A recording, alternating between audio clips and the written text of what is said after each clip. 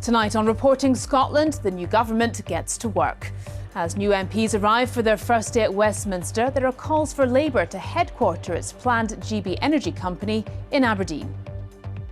We'll have more on all the fallout from the general election. Also on tonight's programme. Are we seeing a summer wave of COVID with numbers on the rise? Health officials say there's no cause for concern. Yeah, you know, and I just look at the weed garden as being all my negative thoughts and I'm getting rid of them all, right, pulling them all out. We hear from Jerry on how gardening has helped him tackle his problems with addiction. And coming up in the sport, Rangers open talks with the SFA about playing at Hampden for the start of the season. Hello, I'm Laura Goodwin. Welcome to Monday's programme.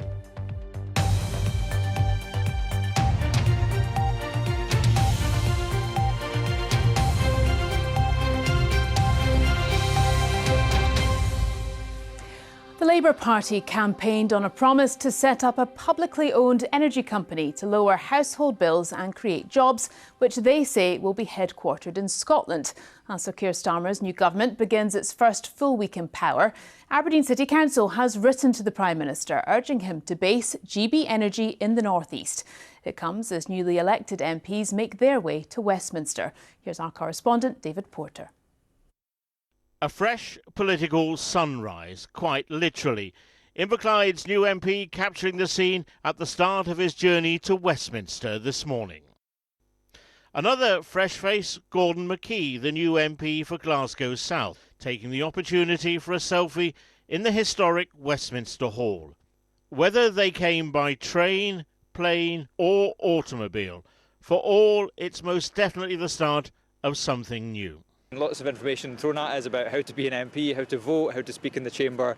There's a huge amount to learn, but I'm just so keen to get to it. It's a lot to take in, but I think the thing that all of us, myself and other Scottish Labour colleagues, are thinking is just how much of an immense privilege this is. Even for those who know their way around Westminster, it's a rapid gear change. The new Chancellor, Rachel Reeves, keen to hit the ground running.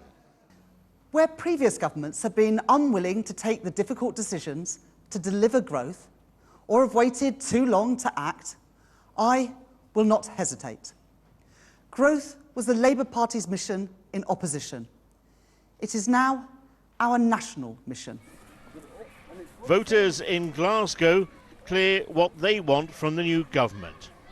I would say health and then public transport is the most important thing. I was going to say two, health service and the economy, but if you push me, I'd say the economy. It's great for a fresh start, really great. We need some stability and it's nice to see, frankly, it's nice to see some grown-ups back in charge. And already the lobbying is well underway. Aberdeen City Council has written to ministers bidding to be the home of the new GB Energy. Aberdeen is Europe's energy capital at present. We're in competition with other cities on mainland Europe. We don't compete with other cities in the UK, so we believe it's important that the UK government supports Aberdeen's position as UK energy capital. A bid supported by the man who until Friday was the Energy Minister.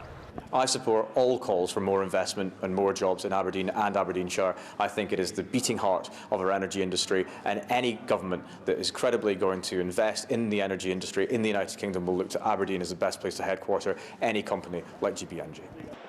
Back at Westminster, new MPs are being buddied up with an official, partly to ensure they don't get lost. I'm here to represent the Highlands. I'm not in it for the power or the money. It's just about making life better for the Highlander. For every winner, there's also a loser. Last week's results were catastrophic for the SNP. For both those who succeeded and failed, time to reflect. When I joined the SNP, we had 3 MPs. So, you know, the SNP has lost in the past and come back. But of course it was a disappointing result. I don't think you can sugarcoat that in any way. It's sad. I am really gutted to not be an MP anymore for my hometown, but you know, I recognise that the people have spoken and you know, you just have to get on. Parliament officially returns tomorrow when MPs will choose the Speaker to referee their debates. David Porter, Reporting Scotland, Westminster. And our political correspondent Rajdeep Sandhu joins us now. Rajdeep, it's always a big day, isn't it, for new MPs? And as we heard there, a buddy system. It's really not unlike the first day at school, is it? No, it's definitely felt like the first day of school in Parliament behind me as I was walking around. There were MPs queuing up for lockers because they won't be able to get offices very quickly. They have to wait a few weeks to get their offices. There were MPs, a gaggle of Labour MPs I overheard, who were getting very excited about the new stationery they'll be able to use in the job. There was also two Scottish MPs I overheard talking about comparing their majorities and the size of the majorities that they were elected on. So it really is a kind of relaxed and jovial atmosphere over in the Commons.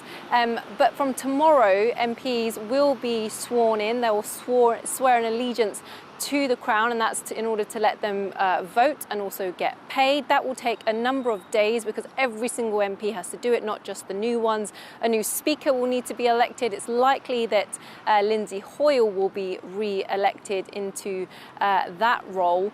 We won't see a Prime Minister's questions for a couple of weeks because there needs to be an official state opening of Parliament. That's not scheduled until next week. And of course, during all of this, Keir Starmer is very keen to show that he's getting on with the business of governing. He obviously came to Scotland yesterday. Today he's been in Northern Ireland and Wales, speaking to the different parties in Northern Ireland and also the First Minister in Wales. Very keen to show that his government wants a different relationship with the other governments of the United Kingdom. OK, Rajdeep, many thanks indeed.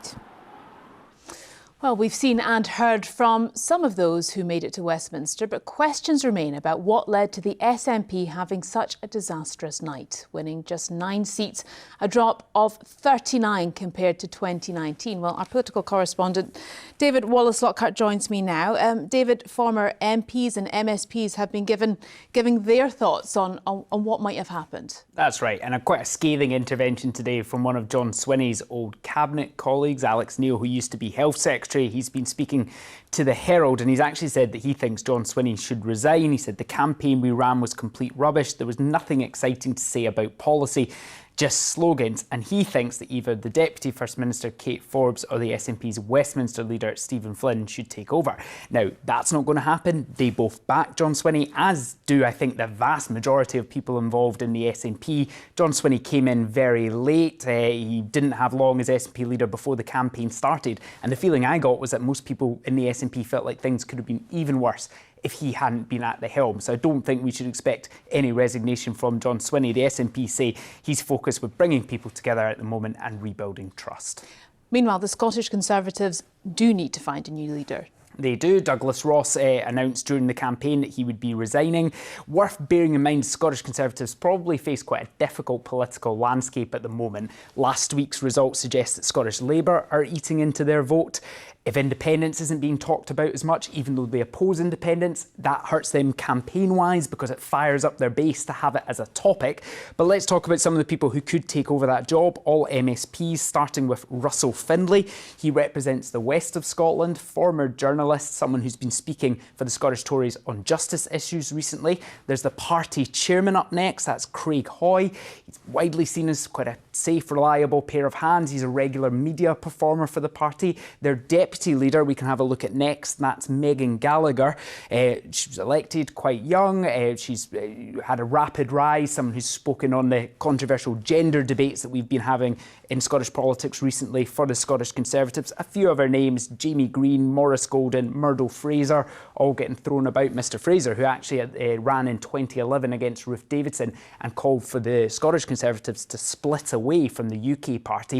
It will be interesting to see if that forms part of the leadership campaigns debates we see this time around. Don't have a timescale yet, but party bosses will meet on Wednesday. We should get a bit more clarity about how this is all going to play out. OK, David, many thanks indeed for that update. The number of people with COVID in hospital is going up. In the last week of June, more than 400 people were admitted to hospital. Health officials are stressing there's no cause for public alarm, but say anyone who's offered a booster vaccination should take it. Here's our news correspondent, Jamie McIver. Crowded streets are a reminder life is now normal again for most. The occasional fading sign on the pavement, a reminder of a desperate time. But while the threat to society from COVID is now far less serious, it can still be a threat to some. In the last week of June, 443 people with COVID were taken into hospital in Scotland. The week before, it was 418. This is above last winter's peak, but well below the number at the height of the pandemic. The data doesn't say how many of those admitted had other illnesses or underlying conditions too. Just how worried should we be? Well, it's always concerning when we have family members that are in the hospital for any reason, in particular COVID-19. But the reality is that these numbers are just slightly surpassing what we've seen during the winter season and are nowhere near the levels of hospitalizations that we saw early on in the pandemic. So it's important to continue to monitor, but we are looking at our data and are not overly concerned at this point. Some who get COVID now get symptoms like the cold or the flu, and without mass testing, many cases go unrecorded. One of the big things that's been going on is we have always new variants of COVID arising all the time. They're not the big changes as you saw with the Omicron variant, which most people will remember. There's slight changes in the virus, which gives the virus a new advantage compared to the previous one. Every time we have them, we do see one of these slight rises occurring. Vaccination offered the way out of the pandemic. Recently, the over 75s and those with weakened immunity were offered a booster. Fewer came forward than health officials had hoped for. The simple advice is if you're offered a vaccination, please take it up. It is the best way to prevent severe infection. Health officials stress the rise in admissions shouldn't cause alarm, and there's no suggestion of restrictions returning. Jamie McIver, reporting Scotland. Some of the day's other stories now. The man who died when his car crashed off the M9 motorway after a police pursuit has been named. 27-year-old Declan Connell was driving a white Vauxhall Corsa when it crashed down an embankment between junctions 8 and 9 shortly before noon yesterday. He was pronounced dead at the scene. An investigation by the police watchdog is now underway. 2 male passengers were taken to hospital. Officers are appealing for witnesses. Dozens of ScotRail services have been cancelled due to an ongoing dispute over pay. More than 80 services aren't running due to a shortage of train crew, with customers being urged to check before they travel. ScotRail says fewer than normal drivers are taking on overtime as the dispute continues. Drivers' union ASLEF is considering balancing its members on industrial action. An expert team set up to look at the findings of the CAST report and decide if those findings should be implemented in Scotland has delivered its recommendations. The CAST report, chaired by Dr Hilary Cass, was commissioned by NHS England to look at gender services for children and young people. Well, we're joined by our health correspondent Lisa Summers. Lisa, the first thing we should point out is that these recommendations came out on Friday when much of the focus was elsewhere. Can you remind us about the background to the CAST review? That's right, Laura. The Scottish Government had been under pressure to publish its response to the CAST report, something that it said initially it was going to do before the summer recess, but then said it couldn't because of the election, and that's why we've seen this first report come out the day after the election result. Now, Dr Cass looked at services for children in England on the back of a rapid rise in the number of children questioning their gender and also a long waits for treatment at the only specialist gender clinic, which was in London. Now, Dr Cass found that children were being let down. She said in part that was because of a toxic debate around gender. She said that children deserved much better, a much more holistic and broad, widening approach to gender services rather than being targeted down one specific service. But she also said when it came to the use of puberty blockers for very young children that there was very weak evidence on the long-term use of puberty blockers, and so for that reason, outside of clinical trials, she was recommending that they be paused for children in England. So what are the recommendations for Scotland? Well, you might recall that proved to be quite contentious. Some people originally questioned the science behind that decision. despite the fact that it was proven that this is the best data available. And you might also recall that the Scottish Greens refused at the time to see whether they backed the Cass review. What we're seeing now is a group of expert clinicians who've looked through the recommendations, the 32 recommendations that Hilary Cass made, and have said that pretty much all of them apply in Scotland. So they are recommending that we see much more use of mental health services for children within gender services, things like counselling for things like neurodivergency as well, things like ADHD. So that's what they're recommending, but they're also saying that puberty blockers should not be used outside of clinical trials, as is happening already here in Scotland and as is happening in England. Now, those recommendations have to be taken back to Parliament in the autumn. They will be debated, and the report's authors say that even if the recommendations are accepted, it is going to take several years for them to be implemented because it requires training new staff, finding new staff, and that will of course mean an anxious time for the many children, over 1,000 children who are still waiting for a first appointment at the Sandefjord Clinic in Glasgow. Lisa Summers, many thanks indeed. Tonight's main news again. As new MPs begin arriving for their first day, there are calls for Labour to headquarter its planned GB energy company in Aberdeen. Still to come in the sport, Emma Raducanu stands by her decision to pull out of Wimbledon mixed doubles, despite Andy Murray's mum describing the move as astonishing.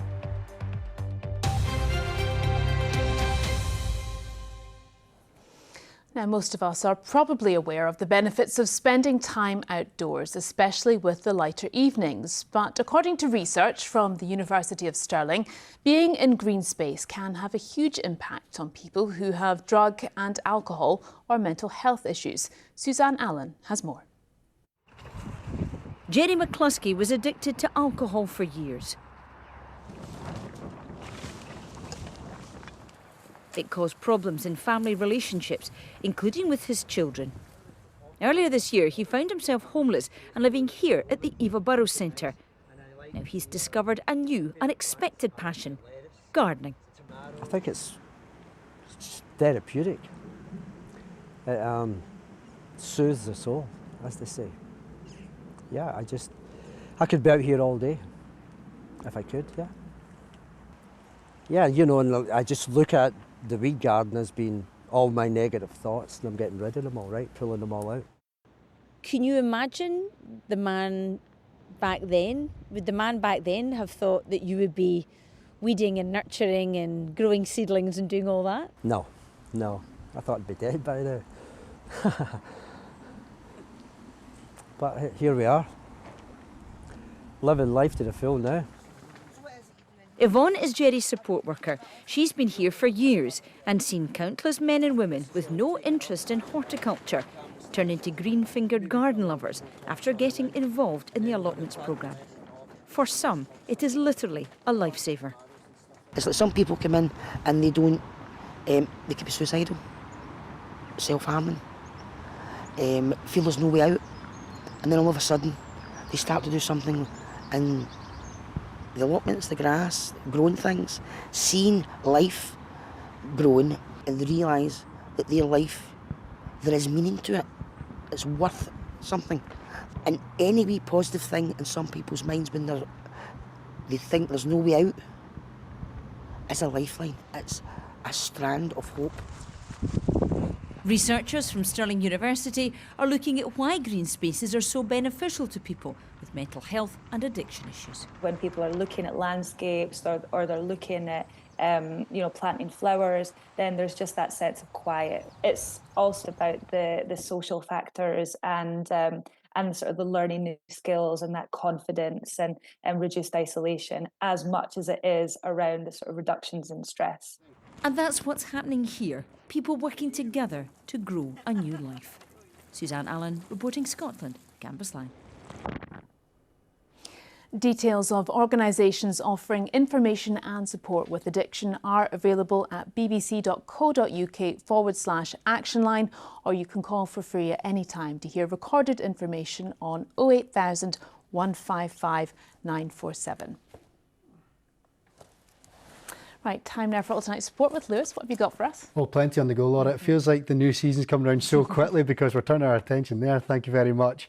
Yes, good evening. Well, Rangers and the Scottish FA are in talks about the Ibrox club playing some early season fixtures at Hampden while renovation work continues at Ibrox. Our sports news correspondent Chris McLaughlin is at the National Stadium for us. So Chris, quite simply, how likely is this to actually happen? Well, Lewis, it's the most obvious option. It is also the most likely, but no deal has been done as yet. Remember, 3 weeks ago, Rangers released a short statement saying that because of a delay to a shipment of steel, then there would be a delay to the renovation of Ibrox. For that reason, they would have to look elsewhere to play some matches at the beginning of the season. Now, they have started discussions with the Scottish FA about playing games here at the National Stadium, but there are potential stumbling blocks. Number one, the pitch here has just been relayed after a summer of concerts. Number two, there are Nations League games to be played here in September, and add to that, Queen's Park will be playing their home games here at Hampden from the beginning of September. Now, Rangers have also, I believe, started tentative discussions with the SRU about using Murrayfield, the home of Scottish rugby, but the preference is to play here at the National Stadium. Now, the Rangers fans just want clarity, of course. I suspect they will get that clarity at some point this week. OK, Chris from Hampden, thank you. Now, the new owner of St Johnstone says that his ambition is for the club to finish in the top 6, compete in Europe and do well in cup competitions every season. American lawyer Adam Webb has bought the Saints from Jeff Brown, who owned the Perth side for nearly 40 years.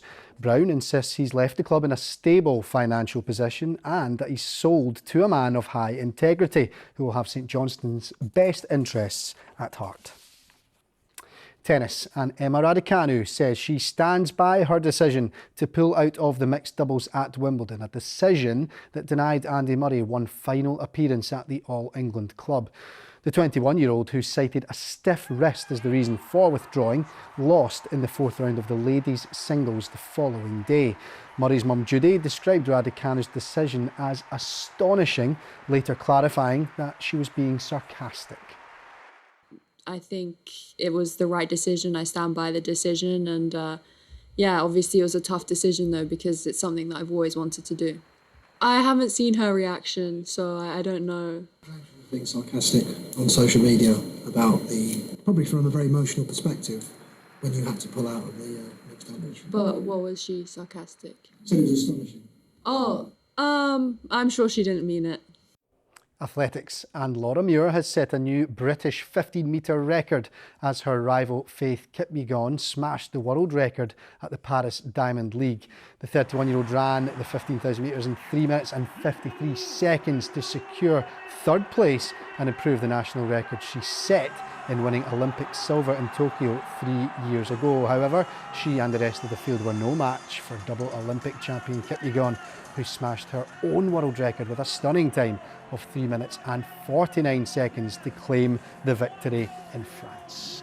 Yeah, so pleased. Obviously, you know, we're getting close to Olympics now. It's my last 1500 and to run a PB national record and beat the time that I got silver in Tokyo with in the same city the Olympics is going to be in a month's time is pretty special. Yeah, I mean, I've only run 3:54 once, and that was 3:54.5 3 years ago. So yeah, I've been waiting for this. I've been knowing it's been there. It's just having the right race and right opportunity, and way better than to do it here. And I was standing at the end as well, so I think there's a little time left, which is exciting. Yeah.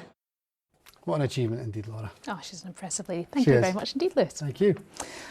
Now it's over to Graham Stewart to find out what's happening on BBC Scotland at 7 o'clock.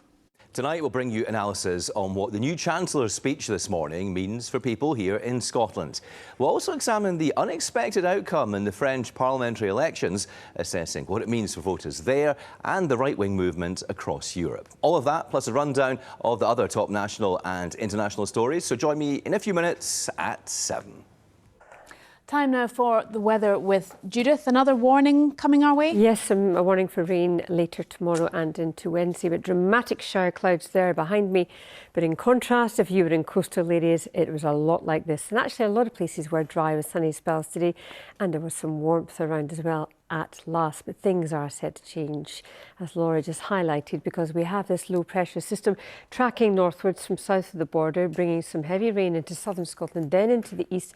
Then it will become confined to northern Scotland, which will be slow to shift, I should say.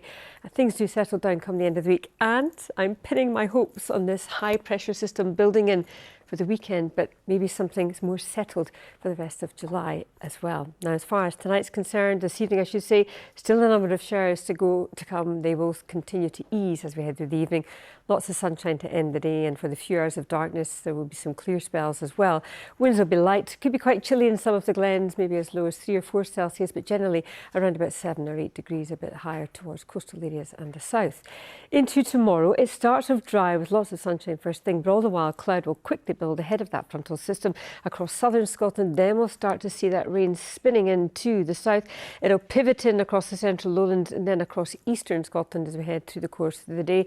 It'll be heavy, it'll be persistent, but the winners in all this will be Shetland. Shetland will see a fine few days, lots of dry weather, lots of sunshine, lighter winds here tomorrow certainly, a nice day for Orkney as well, Caithness as well. Starting to cloud over across Aberdeenshire, we run into that rain through southern Aberdeenshire, Angus, in towards Tayside and Fife. It'll be heavy, it'll be persistent in places as well, and temperatures around about 15-16 Celsius, and quite a keen or strong easterly wind, gusty in nature with that rain band. Now further north up the west coast, it'll still be bright. We'll see some sunshine up towards the Western Isles and the northwest with lighter winds here.